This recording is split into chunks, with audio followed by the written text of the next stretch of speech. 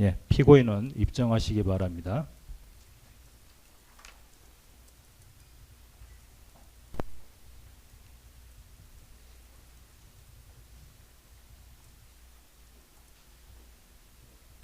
네, 피고인 앉으세요.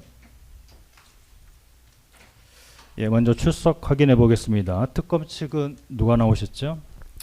윤기선, 김현지 검사 출석했습니다. 예. 변호인 누가 나오셨죠? 네, 법무부 해광의 임성근, 정연택, 고배민 변호사 세 사람 출석했습니다. 예. 예, 3월 5일 공판 준비 기일에서는 특검과 변호인만 출석하고 피고인이 출석하지 않은 상태에서 증거 체부와 공판 기일 지정 등에 관한 논의 및 결정이 된 바 있습니다. 화면에서 보시는 것처럼 변호인과 특검 측이 공판 기일 지정과 증거 체부에 대한 의견을 피력하셨고, 이에 따라서 재판부가 증거 체부를 한 바가 있습니다. 이와 같은 공판 준비 기일에서의 진행 상황 내지 공판 준비 기일 조서 등에 대해서 뭐 특별히 변경할 점이나 이해할 점은 없으시죠? 특검 측 어떠신가요? 없습니다. 네, 없습니다. 예. 예, 그럼 피고인에게 진술 거부권을 고지하겠습니다. 피고인 잠시만 일어서 주시기 바랍니다. 피고인은 진술을 하지 아니하거나 각계의 물음에 대하여 진술을 거부할 수 있고 이익되는 사실을 진술할 수 있습니다. 이해하셨죠? 네. 예, 인정신문 진행하겠습니다. 피고인 성명이 어떻게 되시나요? 한덕수입니다. 예, 주민등록번호 말씀해 보세요.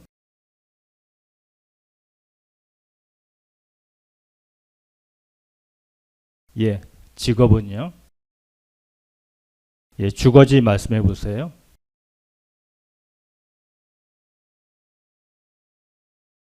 예, 등록 기준지 말씀해 보실까요?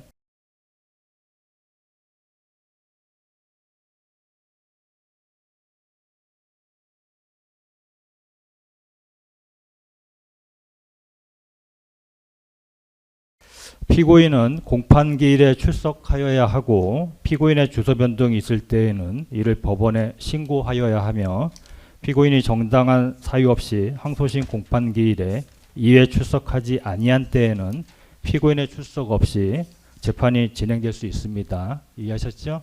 네. 예, 앉으세요.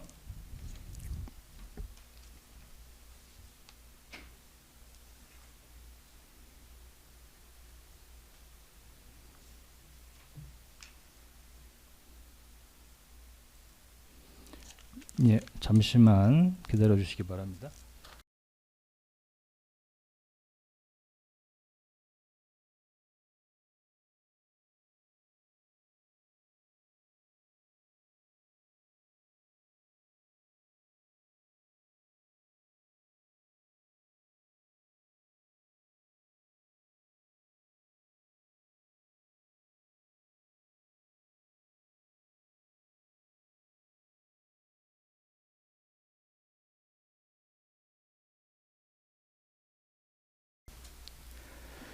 예, 피고인은 2026년 1월 21일 서울중앙지방법원에서 유죄 부분에 대하여 징역 23년을 허위 작성 공문서 행사의 점에 대하여는 무죄 판결을 선고받고 이에 불복하여 항소한 사실이 있습니까?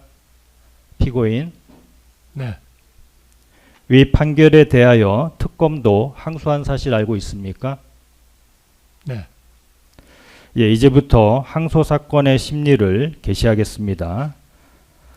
먼저 특검 측은 1월 26일자 항소장과 2월 6일자 항소유서를 통하여 항소이유를 개진한 바 있습니다. 이 문건도 모두 진술하시죠? 네, 간단히 저희 PPT 준비를 해서 PPT로.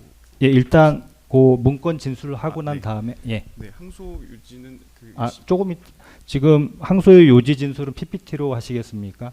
네, 소요 시간 어느 정도? 한 30분 내외. 30분 정도요? 예. 변호인 측도 2월 10일자 항소 이유서와 3월 4일자 의견서를 통해서 항소 이유 개진하셨죠? 일단 네. 진술하고요. 네, 진술하겠습니다. 항소 이유 요지는 PPT로 진행하시겠습니까? 네, 그렇습니다. 소요 시간 어느 정도 예상하십니까? 40분에서 50분 정도 소요될 것 같습니다. 예.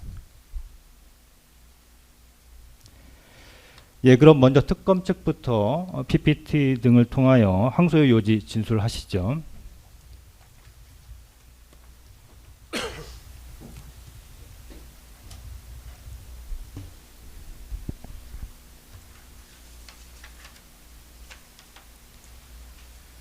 네, 특검 측 항소 요지 및 이유 말씀드리겠습니다. 네, 다음. 네, 먼저 사안 개요의 설명을 위해서 공소사실 요지를 간략하게 말씀드리겠습니다. 피고인의 신분 및 지위입니다. 피고인은 윤석열 전 대통령이 2022년 5월 10일 대한민국 제20대 대통령으로 취임한 이후 2022년 5월 21일 대한민국 제48대 국무총리로 임명되었습니다. 그리고 2025년 5월 1일 퇴임하였고 피고인은 윤석열 정부의 유일한 국무총리였습니다. 피고인은 우리 헌법하에서 행정부의 2인자이고 국무회의 부의장인 국무총리로서 대통령의 위헌 위법한 권한 행사를 저지하고 통제하여 국민의 기본권을 수호해야 하는 의무가 있었음에도 이러한 의무를 저버린 채 오히려 윤석열 전 대통령의 위헌 위법한 비상계엄 선포 및 내란 범행에 가담하여 내란 범행에 있어 핵심적인 기여를 하였습니다. 다음은 피고인의 경력입니다. 피고인은 1970년 6월 행정고시에 합격하여 공직생활을 시작하였고 그 과정에서 직접 비상계엄 또 12.12 사태를 경험한 바 있습니다. 위와 같은 피고인의 경험은 권력자에 의한 친위 쿠데타가 곧 권력 독점으로 이어진다는 사실에 대해서 인식하게 되었고 증거 자료로 기제출된 피고인의 2024년 9월 국회 예결위에서 발언 즉 비상계엄이 선포되더라도 국회에서 해제 의결이 있으면 이를 해제해야 하는데 국회를 봉쇄하라는 것이냐는 취지의 발언 등을 종합하여 볼 때 피고인은 2024년 12월 3일 비상계엄 선포가 곧 국회 봉쇄 등 헌정질서 유린을 통한 내란 범행으로 이어진다는 사실을 인식하였습니다. 2024년 12월 3일 당시 상황인데요. 이와 같은 인식하에 피고인은 2024년 12월 3일 저녁 무렵 윤석열 전 대통령으로부터 아무에게도 말하지 말고 빨리 대통령실로 오라는 연락을 받고 대통령실 부속실장 등과 보안성이 높은 메신저인 텔레그램으로 연락을 주고받으며 대통령실로 이동하였습니다. 피고인은 대통령실 도착 이후 그곳에 와 있던 전 통일부 장관 김용호에게 대통령께서 계엄을 선포하려는 것 같다는 취지로 말하였는데 피고인이 사전에 윤석열 대통령의 비상계엄 선포 계획을 인지하였음을 추단하게 하는 대목입니다. 피고인은 대통령 집무실로 이동하여 당시 위 자리에 있던 국방부 장관 김용현 등과 함께 대통령 집무실에서 윤석열 전 대통령의 비상계엄 선포 계획 등에 대해서 듣게 되었습니다. 대통령 집무실에서 윤석열 전 대통령은 피고인을 비롯한 참석자들에게 2024년 12월 3일 22시를 기하여 비상계엄을 선포할 계획임을 알리게 됩니다. 그 과정에서 피고인은 윤석열 전 대통령으로부터 비상계엄 선포 담화문 그리고 계엄사령부 포고령 특별 지시사항이 담긴 문건을 교부받았습니다. 위 자리에 있던 다른 국무위원들도 이상민 전 행안부 장관, 조태현 전 외교부 장관 등은 당시 위 자리에 있던 다른 국무위원들도 대통령으로부터 지시사항이 기재된 문건을 건네받았고 피고인은 이를 모두 목격하여 윤석열 전 대통령이 계획한 언론사 단전 단수, 국회 봉쇄 등 12.3 비상계엄 전모에 대해 알게 되었습니다. 나아가 윤석열 전 대통령은 국무회의 심의도 생략한 채 비상계엄을 선포할 예정이라는 사실 또한 알게 되었습니다. 친위 쿠데타는 성공하여 권력 독점으로 이어진다는 사실을 알고 있는 피고인은 국무총리로서 대통령의 위헌적이고 위법한 권한 행사를 견제하기는커녕 오히려 이에 가담하기로 마음먹었습니다. 이에 따라 비상계엄 선포 전에는 피고인은 12.3 비상계엄의 절차적 요건을 갖추기 위해 국무회의 심의를 거칠 생각이 없었던 윤 전 대통령에게 국무위원들을 추가로 불러 의사 정족수만을 채워서라도 국무회의 외관을 갖출 것을 건의하였고, 이를 위해 직접 당시 국무위원인 홍미령 농림부 장관에게 전화하여 출석을 독촉하였으며 계엄을 선포하려는 윤석열 전 대통령에게 동조의 의사를 표시하였습니다. 계엄 선포 후에는 윤 전 대통령이 지시사항을 수령하였고 대통령실에 참석한 국무위원들에게 부서할 것을 설득하였으며 이상민 전 행안부 장관과 단전 단수 조치 이행 방안을 논의하고 여당 대표와 통화하며 비상계엄이 유지될 것이라는 신뢰를 부여하였고, 국회 통보 절차 등 사후적인 절차를 보완하려고 시도하였습니다. 국회의 비상계엄 해제 의결 이후에도 국무조정실장으로부터 신속히 국무회의를 소집하여 비상계엄을 해제하여야 한다는 취지의 건의를 받았으나 이를 묵살하고 대통령 직원과 사후 부서 등에 대해 논의하였습니다. 피고인의 이와 같은 행위는 내란 범행에 있어 핵심적이고 필수적인 행위라고 할 것입니다. 다음은 허위 공문서 작성 및 허위 작성 공문서 행사 관련입니다. 비상계엄이 해제된 이후 국무위원들로부터 부서를 받는 데 실패한 피고인은 대통령 부속실장 강희구 등과 공모하여 마치 12.3 비상계엄 선포가 정당한 절차를 거쳐 선포된 것과 같은 외관을 작출하기 위해 허위로 공문서를 작성하기로 공모하였습니다. 그와 같은 공모에 따라 강희구 실장은 피고인이 비상계엄 선포 당시 윤석열 전 대통령으로부터 건네받은 비상계엄 선포문을 전달받았고, 이를 이용하여 부서란이 부착된 비상계엄 선포문 표지 양식을 작성하여 국무총리인 피고인, 당시 국방부 장관이었던 김용현, 윤 전 대통령의 서명을 받은 후 이를 대통령실에 비치하는 방법으로 행사하였습니다. 다음은 대통령 기록물법 위반 공용서류 손상 관련입니다. 피고인은 방금 말씀드린 것과 같이 허위 공문서를 작성하는 등의 방법으로 12.3 비상계엄의 절차적 외관을 작출하려고 하였으나 12.3 비상계엄과 관련하여 수사기관의 본격적인 수사가 개시되자 사후에 문서를 작성한 사실이 알려지는 경우 더 큰 문제가 생길 것으로 판단하고 2024년 12월 8일경 강희구 실장에게 이를 파쇄하라고 지시를 하였습니다. 강희구 실장은 윤 전 대통령의 승인을 얻어 대통령이 서명하고 국무총리와 국방부 장관이 부서한 대통령 기록물이자 공용 서류인 비상계엄 선포문을 임의로 파쇄하였습니다. 다음은 위증의 점입니다. 피고인은 윤석열 전 대통령의 탄핵 심판과 관련하여 2025년 2월 헌법재판소에 증인으로 출석하게 됩니다. 피고인은 헌정사상 초유의 사태인 12.3 비상계엄과 관련하여 실체적 진실을 알고자 하는 국민적 열망을 뒤로한 채 오로지 본인의 죄책을 회피할 의도로 대통령실에서 비상계엄과 관련한 문건을 보거나 받은 기억이 없고 받은 사실이 없으며 김용현 장관이 이상민 장관에게 문건을 교부하는 것을 보지 못했다고 허위로 증언하였습니다.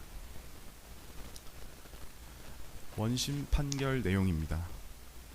이와 같은 공소사실에 대해 원심 법원은 피고인에 대해 내란 중요임무 종사, 허위공문서 작성, 대통령 기록물법 위반 및 공용서류 손상, 위증 공소사실을 모두 유죄로 인정하고 피고인에게 징역 23년을 선고하고 법정 구속하였습니다. 다만 내란 중요임무 종사 공소사실 중 윤 전 대통령의 지시를 수용한 행위, 그리고 여당 원내대표와의 통화, 그리고 통보 절차를 확인한 행위, 비상계엄 해제를 위한 국무회의 개최를 지연시킨 행위에 대해서는 내란 범행에 가담한 행위로 인정할 증거가 부족하다고 판단하고 유죄로 선고된 내란 중요임무 종사와 포괄일제 관계에 있는 이 부분에 대해서 이유에서 무죄를 선고한 바 있습니다. 허위 작성 공문서 행사의 경우 허위로 작성된 문서를 대통령실에 보관한 행위만으로는 행사로 보기 어렵다는 이유로 이 부분에 대해서는 무죄를 선고하였습니다. 그리고 사후부서 작출 관련 허위 공문서 작성 공소사실 중 일부 경위에 대해서는 인정되지 않는다고 보아 공소 사실에서 제외하였습니다. 그 범죄 사실에서 제외하였습니다. 그러나 이와 같은 공소 사실 전부에 대해 특검 측이 제출한 증거에 의해 입증이 충분하므로 이 공소 사실 전부에 대해서 유죄 판결이 선고되는 것이 마땅함에도 위와 같이 판단한 원심은 사실 오인 법리 오해의 위법이 있다고 판단되어 특검은 이 부분에 대해서 항소를 제기하였습니다. 구체적인 항소 이유를 간단히 말씀드리겠습니다. 내란 중요 임무 종사 관련 대통령의 지시사항을 수용한 부분입니다. 피고인은 비상계엄 선포 후 윤석열 전 대통령으로부터 대통령의 일정을 대신해달라는 지시를 받고 이를 수용하였습니다. 비상계엄 선포 이후 대통령 대신 국무총리가 그 일정을 대신 수행하는 것은 윤석열 전 대통령이 선포한 비상계엄 상태의 유지를 위해 반드시 필요한 행위로 이는 본건 내란 범행에 있어 유죄가 선고된 다른 행위 태양들과 마찬가지로 중요한 임무에 해당한다고 할 것입니다. 다음은 여당 원내대표와의 통화 부분입니다. 피고인은 비상계엄 선포 후 당시 여당 대표인 추경호에게 전화로 추 대표 걱정하지 마라 라고 말을 한 사실이 확인되었습니다. 이는 국무총리인 피고인이 여당 원내대표에게 비상계엄이 지속될 것이라는 신뢰를 부여한 행위입니다. 당시 국회 지형은 여소야대 상황이었고 12.3 비상계엄의 성패는 국회 봉쇄를 통한 비상계엄 해제 의결을 저지하는 것 여부에 달려 있었습니다. 이러한 점을 잘 알고 있는 피고인은 여당 원내대표와 통화하며 국회 상황을 살피고 국회의 비상계엄 해제 결의를 저지하였다고 봄이 상당합니다. 다음으로 국무조정실장 등을 통해 비상계엄 선포가 국회에 통고되었는지 사후의 절차 요건을 보완하려고 시도한 부분입니다. 우리 헌법과 계엄법에 따르면 비상계엄을 선포한 때에는 대통령은 지체 없이 국회에 통고하여야 합니다. 절차 미순주 시 절차상 하자 문제로 비상계엄 유지가 어려울 뿐만 아니라 실제로 윤 전 대통령의 탄핵 소추 사유에도 이러한 통고 절차 미준수 등 절차적 하자 부분이 포함되어 있음을 알 수 있습니다. 결국 피고인이 위와 같이 사후 절차를 계속하여 보완하려고 한 것도 12.3 비상계엄의 유지를 위한 것이었고 이는 다른 행위 태양들과 마찬가지로 중요한 임무에 해당한다고 할 것입니다. 다음으로 비상계엄 해제를 위한 국무회의 개최를 지연시킨 행위와 관련된 부분입니다. 특검의 수사 결과 피고인은 국회의 비상계엄 해제 요구가 있었음에도 국무총리로서 아무런 조치를 취하지 아니하였을 뿐만 아니라 국무조정실장으로부터 국무회의를 개최해야 한다는 건의를 묵살한 사실, 그리고 비상계엄 해제를 위한 국무회의는 대통령 비서실장 정진석의 건의로 개최된 사실이 확인되었습니다. 우리 헌법과 계엄법에 의하면 국회의 계엄 해제 요구 시에는 국무회의를 거쳐 지체 없이 계엄을 해제해야 합니다. 그럼에도 국무회의 부의장이자 국무회의를 담당하는 국무조정실을 관장하는 피고인은 국무조정실장의 국무회의 개최 건의를 묵살하였고 그 사이 국회 봉쇄 등 헌정질서 파괴 상태가 지속되었습니다. 결국 이와 같은 행위도 비상계엄을 유지하는 내란 범행에 있어서 중요한 행위에 해당한다고 할 것입니다. 이와 같이 원심에서 무죄로 판단한 피고인의 행위들은 국헌문란의 목적과 내란 범행 가담이라는 고의하에 내란 범행 지속에 있어 핵심적인 행위에 해당합니다. 따라서 이 부분에 대해서도 다른 행위 태양들과 마찬가지로 중요한 임무에 종사한 것이고 따라서 이를 무죄로 판단한 원심 법원의 판단은 부당하다고 판단됩니다. 따라서 항소심에서는 원심에서 무죄로 판단한 행위 등을 포함하여 내란과 관련된 공소사실 전부에 대해서 유죄 판결을 선고해 주시기 바랍니다. 다음은 허위공문서 작성 부분입니다. 허위공문서 작성과 관련하여서는 원심이 전부 유죄로 판단하였음에도 문서 작성 이유, 배경에 관한 공소 사실을 유죄 인정 범죄 사실에서 제외하였습니다. 피고인 그리고 강희군 전 실장 등 관련자들의 진술을 종합할 때 이 사건 문서는 헌법과 개헌법을 준수하여 국방부 장관이 국무총리를 거쳐 대통령에게 비상계엄 선포를 건의하여 비상계엄이 선포된 것처럼 외관을 작출하기 위해 생성된 문건입니다. 그리고 참고로 윤 전 대통령에 대한 체포방해 사건에서는 이 부분에 대해서도 전부 유죄 범죄 사실로 인정이 되었습니다. 관련 증거에 의하면 이 부분에 대해서도 증명이 충분하므로 항소심에서는 원심에서 삭제된 부분을 바로 잡아주시기 바랍니다. 다음으로 허위 작성 공문서 행사 부분입니다.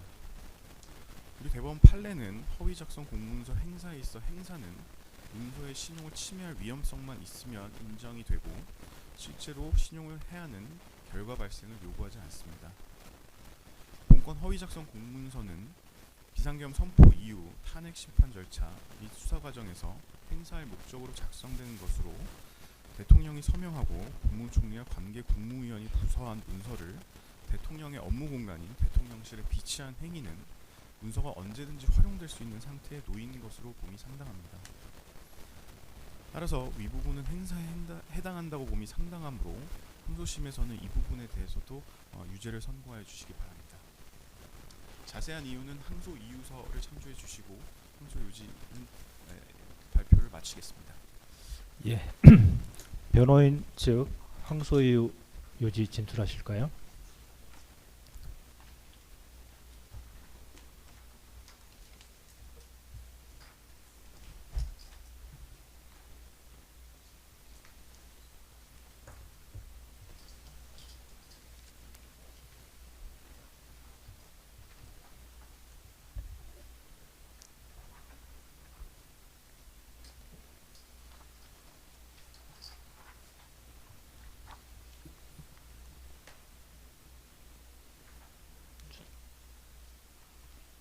예, 진행하시죠. 네, 피고인의 변호인 임성근 변호사입니다. 존경하는 재판장님 그리고 두 분 부장님, 상세한 피고인의 항소 이유는 2월 10일에 제출한 항소 유서를 가름하기로 하고 간략히 요지만을 말씀드리겠습니다. 먼저 피고인의 항소 이유를 설명드리기에 앞서 피고인의 항소 배경과 기본 입장을 말씀드리겠습니다. 피고인은 2024년 12월 3일 대통령 집무실에서 윤석열 전 대통령, 다음부터는 윤석열이라고만 하겠습니다. 윤석열 전 대통령이 비상계엄을 실시하려 한다는 말을 처음 듣고서 이는 국가의 대외 신인들을 심각하게 훼손하고 경제에 치명적인 타격을 줄 수 있다는 이유로 줄곧 윤석열의 비상계엄 조치를 반대하면서 만류하였습니다. 그러나 윤석열은 국무위원회의 상황인식과 대통령의 상황인식은 다르다, 돌이킬 수 없다는 취지로 말하며 국무총리인 피고인과 국무위원들의 거듭된 반대와 만류를 완강히 거부했고 실질적인 심의조차 없이 대접기실에 모인 피고인과 국무위원들을 향해서 일방적으로 비상계엄을 선포하겠다라고 말한 후에 비상계엄을 선포하였습니다. 피고인은 국무총리로서 헌법과 법률이 부여한 권한의 범위 내에서 적극적으로 윤석열을 설득하고 만류했지만 결과적으로 피고인은 윤석열의 독단적인 비상계엄 조치를 저지하지 못했습니다. 이유여를 막론하고 피고인은 이로 인해 헌정질서의 심대한 혼란이 야기된 점에 대하여 당시 국무총리로서의 무거운 책임감을 통감하고 있고 국민들께 큰 고통과 불안을 안겨드렸다는 죄송스러운 마음으로 이미 비상계엄 직후 2024년 12월 11일에 열린 국회 본회의에서 국민 앞에 진솔한 사과를 한 바 있습니다. 또 현재 깊은 자괴감을 느끼고 자책하고 있습니다. 피고인은 국민과 역사 앞에서 윤석열의 위협한 비상계엄 조치를 막지 못한 책임을 피할 생각은 추호도 없습니다. 그러나 피고인은 그 어떤 경우에도 국군을 물러나게 할 목적으로 폭동을 일으키는 데 가담하려고 한 적이 없습니다. 피고인은 이 사건 공사실 중 일부 인정한 위정 부분에 대해서는 겸허히 인정합니다만 추측과 왜곡으로 잘못 알려진 사실을 바로잡는 것이 피고인이 우리 역사 앞에서 해야 할 마지막 도리라고 믿습니다.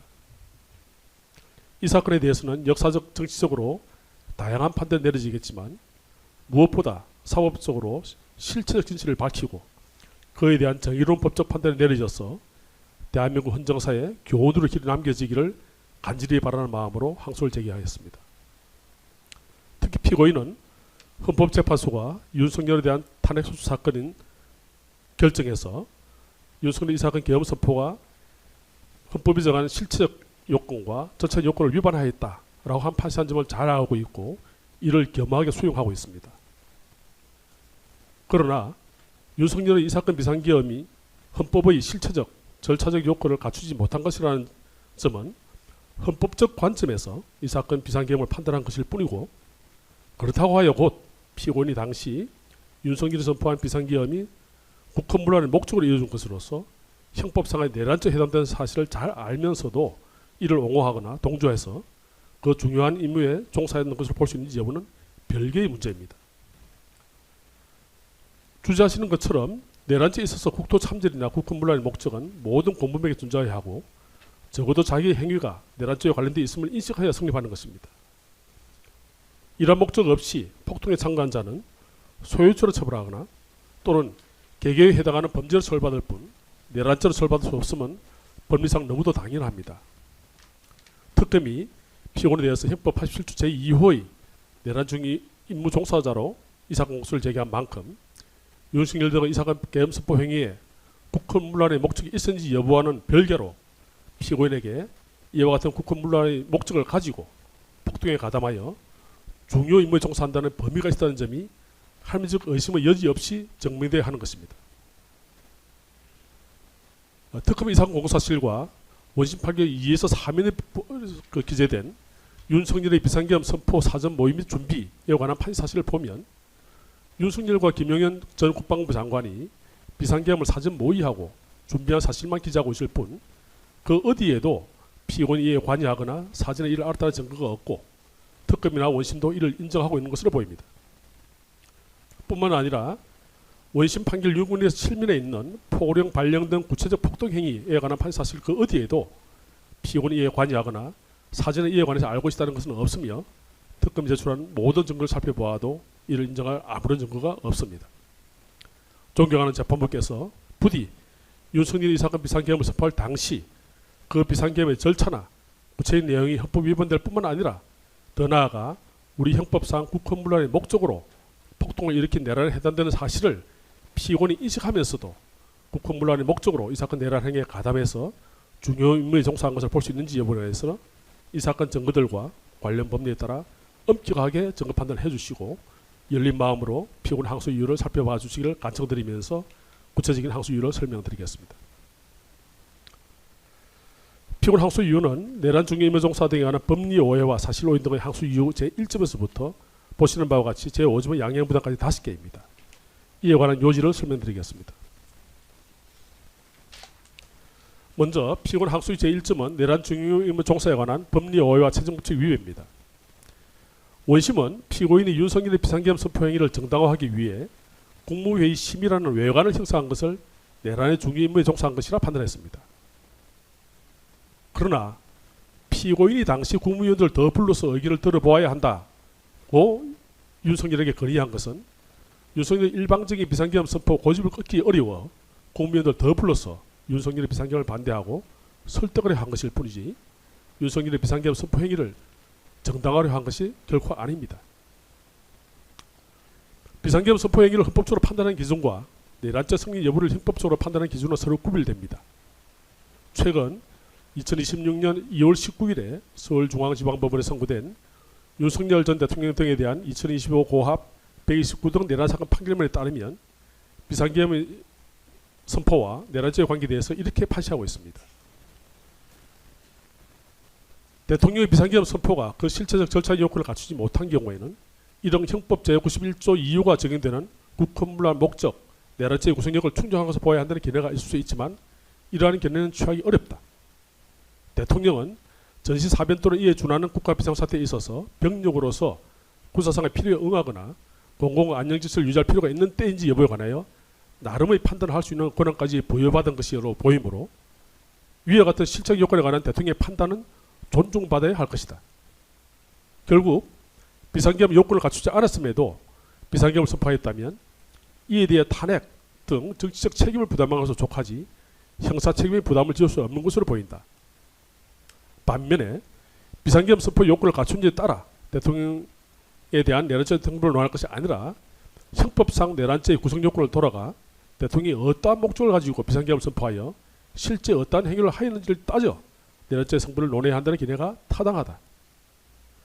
그리고 그런 국헌문란의 목적과 그 수단으로서의 비상계엄 및 이에 따른 실력 행사임을 인식 공유하면서 대통령과 함께 비상계엄 및 이에 따른 실력 행사에 공모 가담한 자에 대해서도 집합범으로서의 내란죄가 성립한다. 국헌문란의 목적을 인식 공유하지 않은 채 비상계엄 절차에만 관여하거나 이에 따른 실력 행사에만 가담한 경우에는 집합범으로서의 내란죄의 죄책을 부담하지 않고 관여한 해당 행위에 관한 별개의 형법상 구성 요건에 대한 죄책만 부담한다고 보아야 한다. 이 서울중앙지방법원의 이러한 법리 판단은 내란죄에 관한 확립된 판례 법리에 따른 것으로 보입니다. 이 사건에서 참조가 할 만하다고 생각됩니다. 반면에 이 피고된 이 사건 원심은 대통령의 비상계엄 선포 행위가 실체적 절차적 요건을 흠진한 것으로서 곧바로 내란에 해당되는 전제 아래 피고는 이에 가담하였다고 판단한 것으로서 법리적으로나 사실관계 면에서 타당하지 않다는 점을 먼저 말씀드립니다. 내란죄에서 국헌문란의 목적은 모든 공범에게 존재해야 되고 적어도 자기의 행위가 내란죄에 관련되어 있음을 인식하여 성립하는 것입니다. 그런데 원심은 이 사건 계엄 선포 행위가 윤석열이 국헌을 문란하게 할 목적으로 일으킨 폭동 그 자체가 아닌 폭동의 수단이라 이렇게 판단하면서도 그 폭동의 수단을 정당화하기 위해서 비상계엄 선포의 헌법상 법률상 절차적 요건인 국무회의 심의라는 외관을 형성하거나 국무위원으로부터 부수를 받아 절차적 요건을 갖춘 등의 행위가 윤석열의 내란 행위의 중요한 임무에 종사하는 것이라고 인정했습니다. 그러나 피고인이 대통령 집무실에서 이 사건 계엄 선포 행위에 대해서 윤석열로부터 처음 들어서 알게 된 후에 다른 국민들 더불어서 의견을 들어봐야 한다고 건의한 이유는 아까 말씀드린 것처럼 가능한 한 많은 국무위원들이 대통령실로 직접 와서 윤석열에게 비상계엄 조치에 대해 반대하는 의견을 개진하도록 함으로써 윤석열을 설득하여 비상계엄 선포를 저지하기 위해서 한 목적이 있을 뿐이지 결코 비상계엄 선포를 정당하기 위한 것이 아니었습니다. 그럼에도 윤석열은 원심에서 국무위원들이 오는 대로 의견을 들었다고 주장하고 있습니다. 그렇지만 윤석열이 이 사건 비상계엄 선포에 동의했다는 국무위원은 김용현 전 국방부 장관 이외에 아무도 없었고 윤석열이 당시 비상계엄을 선포하겠다는 이야기와 함께 그 필요성을 일방적으로 설명하고 나갔을 뿐 이를 만류하는 피고를 비롯한 모든 국민들의 의견을 무시한 채 일방적으로 비상계엄을 선포한 사실은 이 사건 증거 기록과 원심에서 증언한 최상목, 조태열, 송미령, 조규홍, 안덕근, 김영호 등 이 사건 비상계엄 선포 직전에 대통령실에 불려나온 모든 국무위원들의 진술에서도 넉넉히 알 수 있습니다. 심지어 특검 이상 공사실과 이를 그대로 인용한 원심 판결 6면에 보게 되면 이렇게 판시하고 있습니다. 실질적인 심의 없이 일방적으로 비상계엄을 선포하겠다고 통보한 후 같은 날 22시 23분경에 대통령실 1층 브리핑룸으로 가 대국민 담화를 발표하고 22시 27분경 비상계엄을 선포하였다. 이렇게 판시하고 있습니다. 이러한 여러 사정을 종합해보면 피고인이 윤석열의 비상계엄 선포 행위를 정당화시켜주기 위해 국무회의 심의라는 외관을 형성시켜 주었다는 원심 판단은 최정법을 위배하여 사실을 명백히 오인한 위법을 저질렀다 할 것입니다.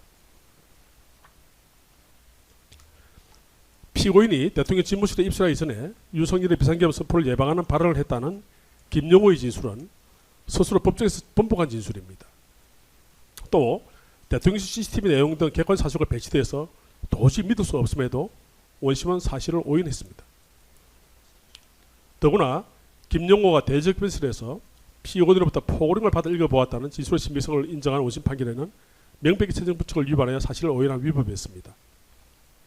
김영호 이외에 그 자리에 참석한 모든 국무위원들은 일치하여 윤석열이 피고인에게 특별한 지시사항이 적힌 문건을 준 것을 본 적이 없고 이 사건 비상계엄 선포 전에 대통령 집무실과 대적견실에서 포고령이 배포되거나 포고령과 관련된 논의가 이루어진 사실이 없다고 진술했습니다.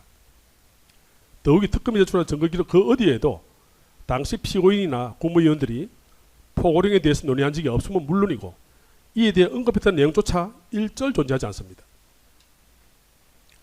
김영호의 진술은 일관되지도 않고 다른 국무위원들 진술 또 객관적 사정과도 명백히 배치되기 때문에 신빙성이 없다는 점은 뒤에 다시 상세하게 설명드리겠습니다. 피고인은 2025년 8월 19일 특검 제2회자 피의자 신문과 8월 22일 제3회 피의자 신문 당시 윤석열로부터 집무실에서 폭언을 받았을 것 같다라는 진술을 하게 된 경위는 뒤에서 다시 상세히 설명드리겠습니다. 아울러 당시 피의자 신문 참여했던 변호인 설재선, 박연중 변호사에 대한 오늘 오후의 정의심을 통해서 당시 상황과 그 당시 변호인이 피고인에게 어떤 조언을 했는지 등 이 사건의 실체적 진실이 발견되기를 간곡히 바랍니다. 김영호의 번복된 진술이 신빙성이 없다는 점은 항소 이유서 37에서 41명과 3월 4일자 변호인의 의견에서 16면 이에 상세히 설명드렸습니다만 여기서 간략히 요지만을 말씀드리겠습니다. 첫째, 김영호 진술 이외에 개연 포고를 보았다는 사람이 단 한 명도 없습니다.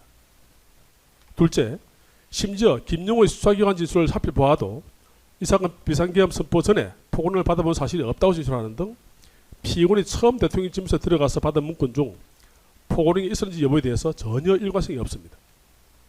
그럼에도 원심은 김영호의 이 부분 진술이 일관성이 있다 이렇게 판시를 했습니다만 이는 김영호의 수사기관 일부 진술만을 자의적으로 선택해서 신빙성 인정한 것으로서 이는 최정부 표백에 위반한 것이라고 봐야 될 것입니다.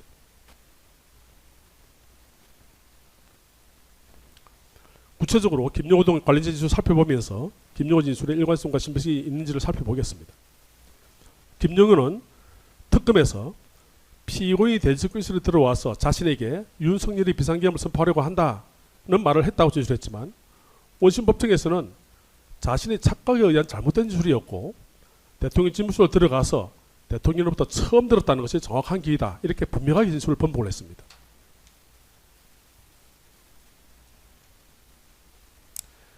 윤석열도 2025년 11월 19일 원심 법정에서 이 사건 비상계엄 선포는 극도의 보안을 유지했기 때문에 김용현을 제외하고 그 누구한테도 얘기를 하지 않았기 때문에 그날 소집된 국무위원들은 이 사건 비상계엄 선포에 대해서 알지 못했다라고 분명하게 진술했습니다. 물론 피고인도 당일 대통령 집무실에 들어갔어야 비로소 윤석열이 비상계엄을 선포한다는 사실을 처음 알게 되었습니다.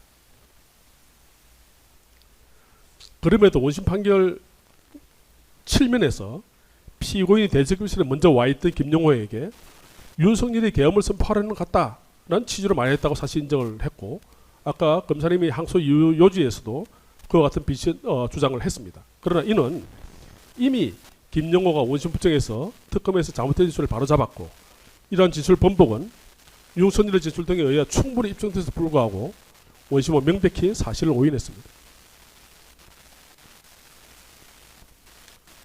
화면에서 보시는 것은 김영호의 특검에서의 진술이 얼마나 사실과 다른 진술을 한 것인지 보여주는 단적인 예입니다. 김영호는 2024년 12월 24일 수사기관에 진술할 당시에 대통령 집무실에 들어가기 전에 대적견실에서 피고인과 조태열 외교부 장관과 함께 있었고 집무실에 들어가니 조태영 전 국정보원장이 있었다 이런 진술을 했습니다.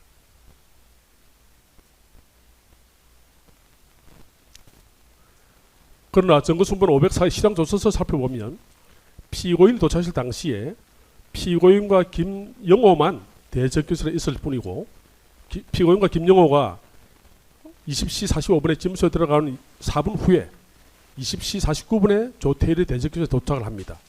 또 그 후인 20시 55분에 조태영이 대적교실에 도착한 사실을 알 수 있습니다. 김영호는 아까 함께 있었다고 하지만 전혀 함께 있은 사실이 없습니다. 이거는 객관적인 영상을 보시더라도 확인할 수 있는 상황입니다. 김영호는 2025년 7월 20일 특검에 진술할 당시에 자신이 피고인으로부터 계엄이 선포될 것 같다는 말을 들었을 때는 자신과 피고인 조태열 장관이 스스로 나란히 앉은 상태에서 피고인으로부터 위와 같은 말을 들었다라고 진술했습니다.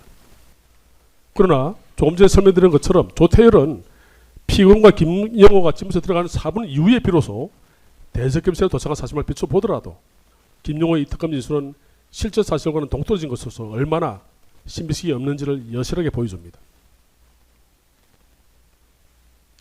특히 김영호는 2024년 12월 14일 검찰에서 참고인으로 1회, 또 12월 21일 경찰서 1회 피의자신문, 또 2025년 4월 7일 경찰서 1회 참고인 조사, 또 2025년 5월 30일 경찰서 제1회 피의자신문을 받는 등 특검 조사 이전에 4회에 걸쳐 조사를 받았는데 당시까지만 해도 자신은 폭언을 본 기억이 없다 이렇게 분명히 진술했습니다. 김영호 특검조사 이전 4회 조사를 받을 당시에 계엄사령 포고령은 2024년 12월 3일 대통령 집무실이나 즉 대적에서 뿌리를 본 적이 없고 2024년 12월 21일 조사 당시에는 그날 집에 돌아와서 인터넷 뉴스를 보고 알았다 이렇게 진술했습니다. 특히 2020년 5월 30일 특검 이전의 제2회 경찰 피의심 당시에는 한덕수 피고인이 가지고 나온 문건을 집무실 또는 대책에서 연락 사실이 정말로 없습니다 라고 진술하게 됐습니다. 그런데 김용호는 2020년 7월 20일 특검에서 참고인 조사를 받을 당시에 다른 건 기억이 나지 않고 기억이 안 나고 포고령으로 해야 하나 전공의를 처단한다는 내용이 있었던 것이 기억났습니다 라고 처음으로 진술했습니다. 또 원심에서도 같은 취지로 진술했습니다. 즉 포고령을 직접 보았다는 것이 아니라 포고령에 나오는 내용인 전공의 처단 내용이 기억났다는 것입니다. 그러나 이는 김용호가 2024년 12월 3일 대접견실에서 포고령 자체를 본 것이 아니라 그 이후 언론에 보도된 계엄 포고령의 내용 중 전공의 처단 부분이 충격적으로 받아들여서 이를 그 당시에 보았다고 착각해서 진술할 가능성이 합리적 의심을 완전히 배제할 수 없습니다. 김용호 이외에 대통령 집무실이나 대책교실에서 계엄 포고령을 보았다는 사람은 아까 말씀드린 것처럼 단 한 명도 없습니다. 또 계엄 포고령 작성이나 그 내용에 관해서 논의했던 국무위원은 김용호를 포함해서 단 한 명도 없습니다.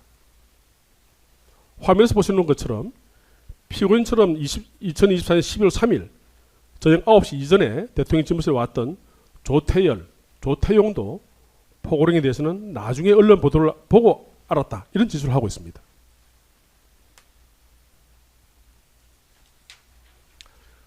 윤석열의 원심법정 진술을 살펴봐도 계엄 선포문은 국무회의 자료를 준 것 같은데 포고령을 나눠주는지 기억이 없고 그것이 국무회의 심의 상황인지 잘 모르겠다 이렇게 진술하고 있습니다.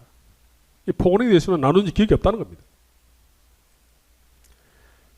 심지어 전공에 관련 주무장관인 조규홍 전 보건복지부 장관은 계엄 포고령을 보았다면 그 내용이 자극적이고 충격적이어서 기억할 수 있을 법한데도 포고령을 당시에 본 적이 없고 그날 자정 이후 회의를 한 이후에 텔레그램을 점검하면서 그때 포고령이 있는 것을 알게 되었다라고 진술하고 있습니다. 최상목 전 경제부총리도 대적교실에서는 계엄 포고령을 본 기억이 없다 이렇게 진술하고 있습니다. 피고인은 2025년 8월 19일 제2회 특검 피의자신문 당시에 김용호가 전공의를 처단한다는 내용의 문건을 피고인이 가지고 있던 문건에서 본 것 같다 하는 취지 진술을 제시를 받고 당시 김용호가 피고인이 대통령 집무실에 들어가서 대적교실 없을 당시 피고인의 문건을 가지다 보는 영상을 확인했습니다. 그래서 제가 CCTV 영상을 확인하고 기록을 떠올려 보니 집무실에서 포고령을 받을 것 같습니다 라고 진술했습니다.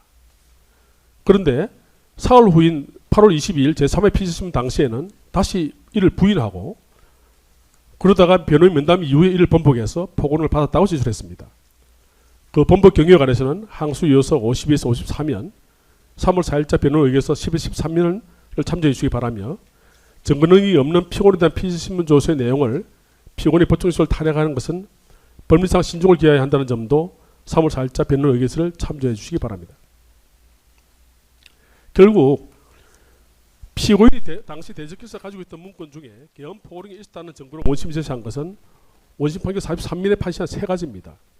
첫째, 김용호의 특검 당시 진술과 원심 법정의 진술.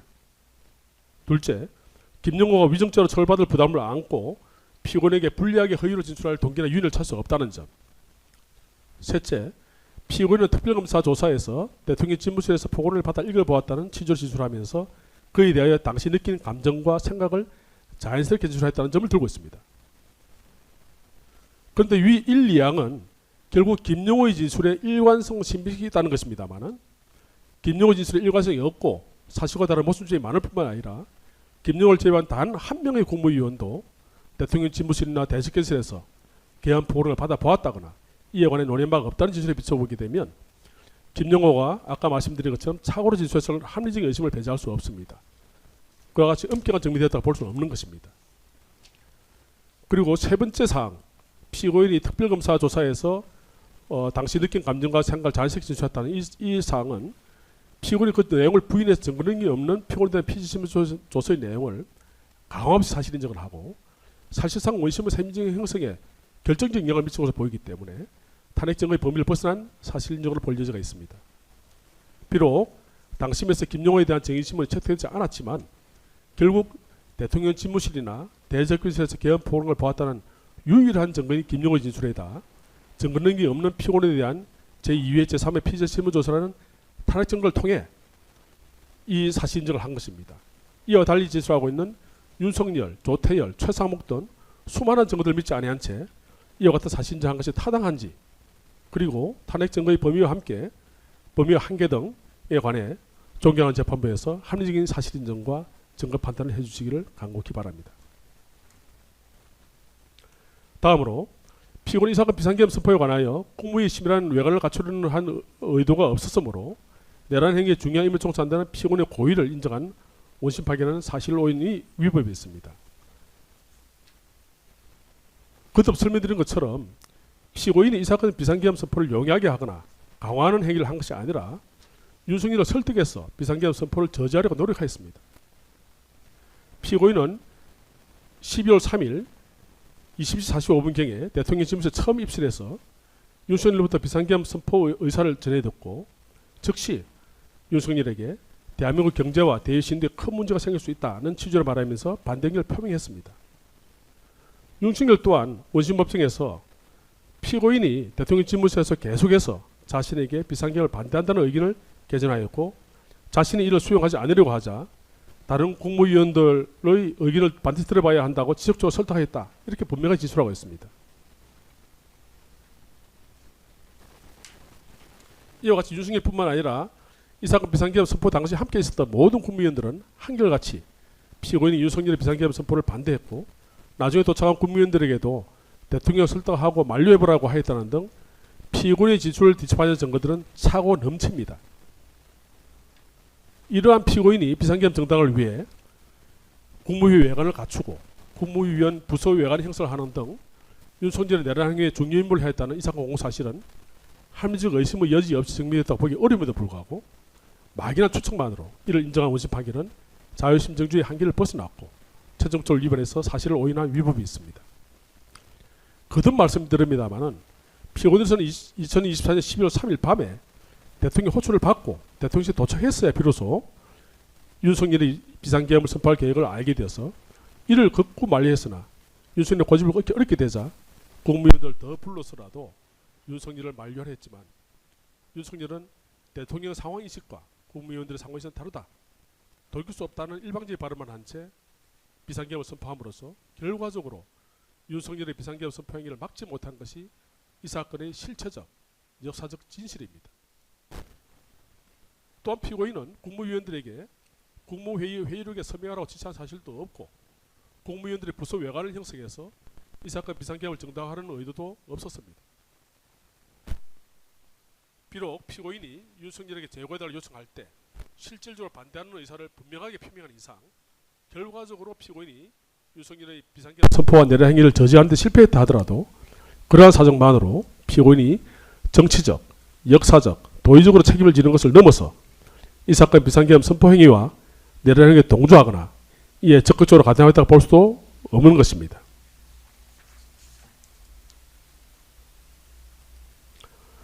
다음으로 원심 피고인이 내란 중임을 종사하게 판단한 것은 이상민 전 행정안전부 장관과 주요 기관 봉쇄 계획 및 특정 언론사 단전 단수 조치 관련 지시 이행 방안을 논의했다는 것입니다. 그러나 피고인은 당시에 이상민 장관과 구체적으로 어떤 대화를 나누는지 잘 기억나지 않는다고 일관되게 진술하고 있습니다. 이는 당시 피고인을 비롯한 국무위원들의 반대를 무릅쓰고 윤석열이 비상계엄을 일방적으로 선포한 상황에서 피고인은 매우 허탈함과 무기력함 그리고 매우 당황하고 흥분, 침통한 상황에서 본 변호인과 같은 제3자 입장에서 본다면 두 사람이 당시 국내외 정치 상황과 대외 신인도 또 국내 질서 유지를 어떻게 해야 할지 등에 관해 걱정을 하면서 이에 관한 대화를 했음직한 것으로 보이는데도 피고인은 지금 아무리 기억을 되돌려 봐도 그때 정확히 어떤 대화를 했는지 기억을 되살릴 수 없어 변호인으로서는 참으로 안타까운 심정입니다. 백보를 양보하더라도 피고인으로서는 당시 윤석열의 계엄 선포 행위가 국헌문란의 목적으로 행해진 내란 행위에 해당한다는 사실을 전혀 알지 못했고 알 수도 없는 상황이기 때문에 설령 피고인이 이상민 장관과 국내의 상황과 질서 유지 등에 관해 함께 걱정을 하면서 이에 관한 의견을 교환했다 하더라도 이를 내란의 중의무 종사에 해당한다고 보기는 어렵다고 봐야 할 것입니다. 원심은 헌법상 국무총리의 권한은 대통령의 권한보다 우수하지 않는다는 점, 특히 비상경과 관련한 권한은 대통령에게 정권이 부여했다는 점을 강구하고 국무총리인 피고인에게 윤석열의 권한행사에 반하여 국무위원회 이상민을 지휘 감독해야 한다는 자기 의무를 인정했습니다마는 원심은 이러한 사실 인정과 판단은 헌법과 법률에 반하는 법리 오해 위반에서 타당하지 않습니다. 또한 원심은 피고인 이상민에 대한 자기 의무 관련해서 이상민이 대직교실에서 피고인과 대화를 나눌 때 소지하고 있던 문건이 대통령 집무실에서 윤석열로부터 받은 단존단수 조치 지시사항 문건이라고 보았지만 CCTV 내용만으로 이상민이 대직교실에서 소지한 문건이 바로 그 단전단수 조치상 지시 문건이라는 점이 엄격한 정면에서 입증됐다 보기는 어렵습니다. 피고인과 이상민이 대직검실에서 단전단수 조치상 문건의 내용을 두고 논의했다는 점 또한 대통령실 CCTV 내용을 통해 추측한 내용에 불과할 뿐이지 피고인과 이상민이 대직검실에서 어떤 말을 했는지 합리적 의심 여지 없이 증명되었다 보기 어렵습니다. 원심은 이 사실 인정이 타당하기 위해서는 이상민의 안주물서 꺼낸 문건이 특정 언론사 단전단수 조치 지시 문건이라는 점, 또 피고인과 이상민이 대적기에서 이에 관련해서 협의했다는 점이 모두 합리적 의심의 여지가 없이 엄격한 증거에 따라 증명되어야 합니다. 피고인과 이상민이 대적기에서 총 11분 나눈 대화의 내용이 무엇이고 당시 본 문건들이 무엇인지 알 수 있는 명확한 증거는 없습니다. 그리고 이 문건의 내용이 무엇인지와 별개로 대통령 CCTV 내용에는 음성이 담겨있지 않기 때문에 대통령 CCTV 내용으로 확인할 수 있는 대적께서의 피고인과 이상민의 모습만으로는 피고인과 이상민이 어떤 대화를 나누는지 추측하고 의심할 수는 있지만 그것만으로 피고인과 이상민이 언론사 단전단수에 관해서 구체적으로 논했다는 거 보기는 어렵다고 봐야 될 것입니다. 실제 문건 내용이 확인되지 않음에도 의혹만으로 사실 인정을 할 수는 없습니다. 이상민은 수사기관에서 자신이 피고인과 어떤 대화를 했는지 기억하지 못하였고 심지어 당시 남아서 다른 사람과 대화했다고 기억했습니다. 피고인과 대화했다는 사실조차도 기억하지 못한다 이렇게 진술하기도 했습니다. 이러한 이상민 진술에 비춰 보아도 피고인과 이상민 장관이 그 당시 윤석열 특정 언론사 단전단수 지시와 같은 주제를 두고 대화했다고 인정할 만한 증거는 없습니다. 행정안전부 장관이 특정 언론사의 단전단수를 총리와 상의했다는 것 자체도 넌센스이고 행정안전부 장관과 국무총리의 논의 대상을 보기도 어렵습니다. 그럼에도 불구하고 원심은 이를 사실을 인정했습니다만은 이는 자유심지 한계를 일탈해서 최종부칙을 위배한 것이 아닌가 생각이 됩니다. 이에 관해서는 의심스러운 때는 피고인의 이익으로라는 법리에 따라 엄격하게 판단해 주시기를 간곡히 바랍니다.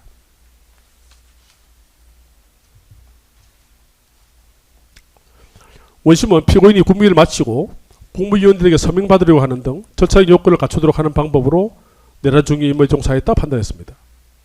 그러나 피고인은 국무위원들에게 관련 문건에 서명을 받으라고 지시한 적이 없다는 사실은 지금 화면에서 보시는 것처럼 원심적인 송미령, 안덕근, 조태열의 법적 지시에 비추어 분명하게 인정됩니다. 관련 증거를 종합해보면 피고인이 이와 같은 지시를 한 것이 아니라 누군가가 참석한 사람들 명단 정도를 기재해두지 않느냐라고 했고 직원들이 국무위원들에게 서명을 하라고 가라는 말을 한 적은 있어도 피고인이 국무회의 회의록에 부서하라고 서명하고 가라 이런 지시했다는 증거는 찾아볼 수 없습니다.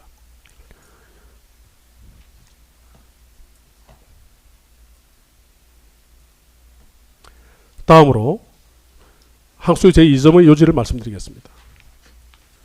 비상계엄 선포문 표지와 내용과 그 표지 작성 당시의 강의의 인식을 고려하면 피고인에게는 이 표지에 서명할 당시 허위 공무서에 서명한다는 인식이 전혀 없었습니다. 강의구는 비상계엄 선포문의 표지를 작성할 때 누군가의 지시를 받아 작성한 것이 아니고 자신이 임의로 생각하고 작성했으며 피고인에게 오전에 보내주신 문서에 사인을 받겠습니다 라고만 말하면서 피고인으로부터 위 표지에 서명을 받았다고 진술했습니다.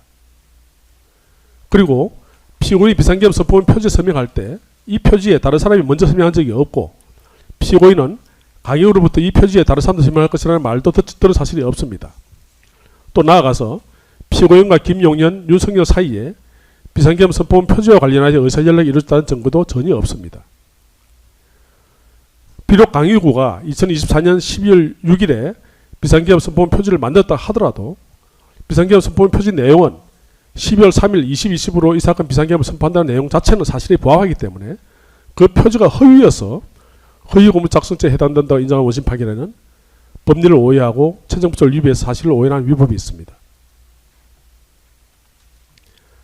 다음으로 항소의 제3조를 말씀드리겠습니다.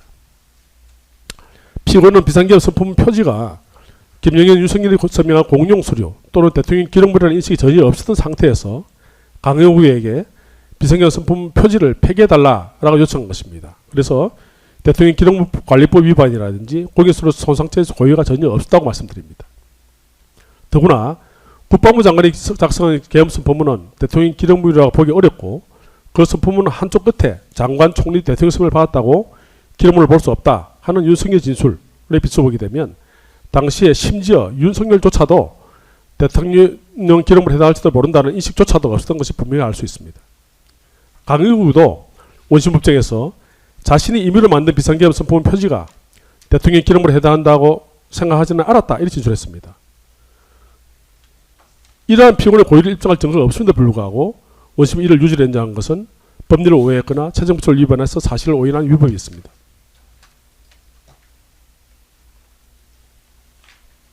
다음으로 항소의 제4점 여지를 말씀드리겠습니다.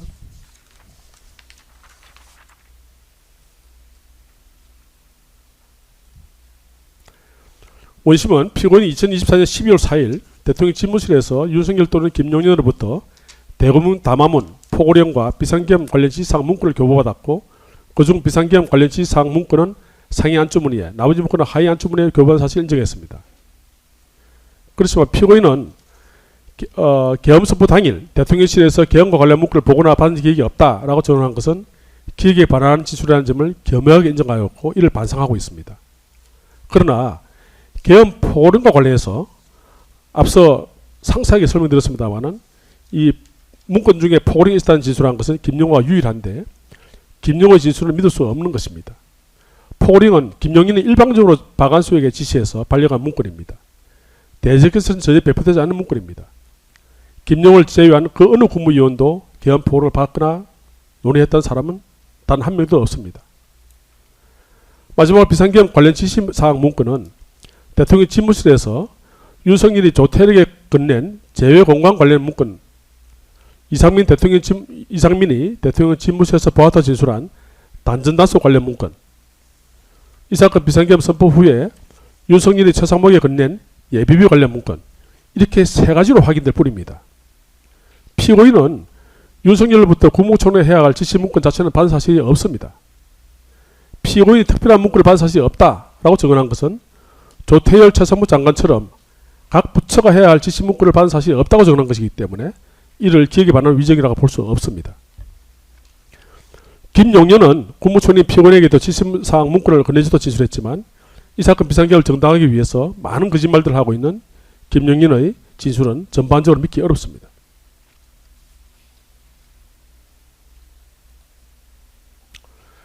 피고인이 위증했다가 문제된 진술에서 당시 헌법재판소의 대리인 진문을 보게 되면 이렇습니다. 최상목 부총리나 조태열 외교부 장관은 피청문 측으로부터 A4 문구를 받았다고 하였고 김용인 장관은 이 재판정에서 증언을 하면서 이상문 행안부 장관, 국정원장, 정인에게도 문구를 줬다고 하는데 정인은 그 당시 특별한 문구를 받은 사실이 없습니까? 라고 질문했습니다. 피고인은 저는 특별한 문구를 받은 사실이 없습니다. 이렇게 답변을 했습니다. 탄핵심판청문 대리인이 윤석열 특별지시사항 문구를 건네받아도 인정한 최상목, 조태율의 경우를 들면서 피고인에 질문했기 때문에 청구인 대리인이 피고인에게 받은 사실이 있냐고 물어본 것은 특별한 문구는 원심이 이 부분 위증으로 해서 판단하면서 전제한 대고문 담화문이나 포령, 비상계엄 관련 지시사항 문건, 비상계엄 포고를 모두 의미하는 것이 아니라 최상목, 조태일의 경우와 같이 피고인에 대해서 총리인 피고인에 대해서 특별한 지시사항 문건, 이것을 의미하는 것입니다. 청구인 대리인은 이 질문 바로 뒤이어서 이상문 행안부 장관에게 김용현 장관이 이 문건 주는 것 그런 걸 본 적 없습니까? 라고 물었으므로 청구인 대리인이 피고인에게 목격했냐고 묻는 이 문건도 최상목, 조태일의 경우와 마찬가지로 이상면에 대한 특별지시사항 문건을 의미합니다. 이처럼 원심은 청구인 대리인의 질문의 의미를 제대로 파악하지 않은 채 대통령실 CCTV 내용상으로 피고인이 대집기실에서 어떤 문건을 소지하거나 전달받은 장면이 보여지는 점을 근거로 피고인 유죄하였다고 인정한 것은 채정부처 위반에는 사실 오인이 위법했습니다. 마지막으로 양형부대에 관한 항소 이유 5점을 말씀드리겠습니다. 피고인은 만 76세의 고령입니다. 또 피고인의 배우자는 거동이 매우 어려운 상태입니다. 원심이 정한 형은 여러 양형에 비춰볼 때 너무나 과중합니다. 피고인은 약 50년간의 공직생활을 통해서 국가와 사회의 경제 발전에 크게 헌신해 왔고 그 공로를 인정받아서 역대 대통령과 대법원장으로부터 다수의 훈장과 포장을 수여받았습니다. 게다가 앞서 설명드린 것처럼 피고인은 계엄에 계속 줄곧 반대했을 뿐만 아니라 내란 행위에 가담하지도 않았고 결과적으로 윤석열의 이 사건 비상계엄 선포 행위를 막는 데 실패했다 하더라도 이를 양형의 불리한 사유로 삼을 수는 없다고 할 것입니다. 거듭 말씀드립니다마는 피고인은 국무총리로서 이 유혈을 막론하고 윤석열의 이 사건 비상계엄 선포를 막지 못하여 헌정질서에 심대한 혼란이 야기된 점에 대해서 국무총리로서 무거운 책임을 통감하고 있고 아까도 말씀드린 것처럼 2024년 12월 11일에 개최된 국회 본회의에서 이미 진술한 사죄를 한 자 있습니다. 또 매일매일 깊은 자경과 죄책감을 느끼면서 자책한 나날을 보내고 있습니다. 그래도 원심은 이러한 피고인의 진술을 전혀 도외시한 채 마치 피고인이 이 사건을 진정으로 봐서하지 않는다 하는 취지로 불리한 양형 요소로 판단한 위법했습니다.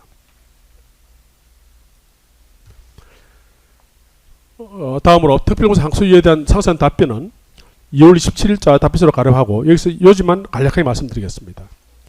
피고인 윤석열로부터 행사에 대신 참석하라 하는 지시를 받았다는 부분은 윤석열의 내란 행위에 있어 중요한 인물 종사였다 평가할 수 없습니다.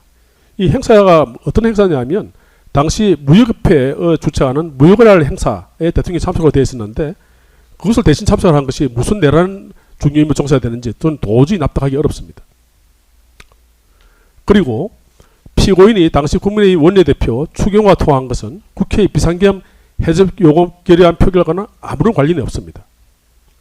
또 피고인은 비상계엄 해제 국무회의를 준비하기 위해서 관련 규정과 국회에 대한 통보 여부를 확인했을 뿐 비상계엄을 유죄로 한 적이 전혀 없습니다. 피고인은 국회의장이 비상계엄 해제 요구 통지를 대통령실과 국방부에 정식으로 송부한 이후로 적법한 절차에 따라 신속하게 비상계엄 해제 국무회의를 주재했습니다. 원심에서 무죄를 선고한 허위공무사 행사죄에 대해서 특검이 항소를 했습니다마는 허위공무사 행사죄의 행사란 허위의 공무서 등을 그 내용이 진실한 것처럼 그 문서의 효용 방법에 따라 이를 사용하는 것을 말한다 하는 것이 확립된 대부분 판례입니다. 그런데 강 일구는 비상계엄 선포문 표지를 폐기하기 전까지 자신이 관리하는 대통령실 비서실 사무실 서랍에 보관했을 뿐이지 이 문서를 외부에 공개하거나 공고한 적이 없다고 일관되게 진술했습니다. 따라서 허위공무서 행사죄에 해당되지 않는다고 판단하는 원심 판단은 정당합니다. 특별검사의 항소유예 주장은 일반적 주장에 불리할 뿐 이를 인정할 아무런 증거가 없으므로 기각해 주시기 바랍니다. 결론을 말씀드리겠습니다. 대법원은 2017년 5월 30일 선고 2017도 1호 사고 판결에서 이렇게 판시했습니다. 피고인은 무죄로 추정된다는 것이 헌법상의 원칙이고 그 추정의 번복은 직접 증거가 존재할 경우에 버금가는 정도가 되어야 한다. 형사재판에서 공소사실에 대한 증명 책임이 검사에게 있는 이상 피고인이 이와 같은 의문점을 해소해주지 못한다고 하여 객관적 증거와 이에 기초한 치밀한 논정의 뒷받침 없이 공소사실을 유죄로 인정할 수가 없다. 단호하게 진실하고 자신할 수 없는 상황에서 논리적 추론과 가능성의 우월함만으로 단정할 수는 없다. 의심스러우면 피고인의 이익으로라는 원칙은 이러한 순간에 더 의미가 있다. 이렇게 판시를 했습니다. 이 이외에도 피고인의 주장이 현민에 잣들어서 판단해서는 안 된다. 이런 대법원 판례도 있습니다. 피고인으로서는 윤석열의 비상계엄 선포 행위를 반대했지만 결국 이를 막지 못한 책임이 있다 하더라도 이에 대한 정치적, 역사적 책임을 지는 변론을 하고 피고인이 당시 비상계엄의 선포가 국헌문란의 목적의 내란에 해당되는 사실을 알면서도 이에 가담하여 중요한 임무에 종사했다는 원심 판단에는 명백한 사실 오인과 법리 오해 위법이 있습니다. 결국 피고인이 일부 자백하고 있는 위정의 점을 제외한 나머지 공소사실에 대해서는 원심 판결을 파기하시고 피고인에 대해서 무죄를 선고해 주길 바랍니다. 피고인이 겸허하게 자백하고 있는 일부 위정죄와 또 설령 견해를 달리하셔서 유죄가 인정되는 부분이 있다 하더라도 피고인에 대한 여러 양형 탐정 사유를 고려하셔서 원심 판결을 파기하시고 피고인에 대해서 법이 허용하는 범위 내에서 최대한 선처해 주시기 바랍니다. 경청해 주셔서 감사합니다.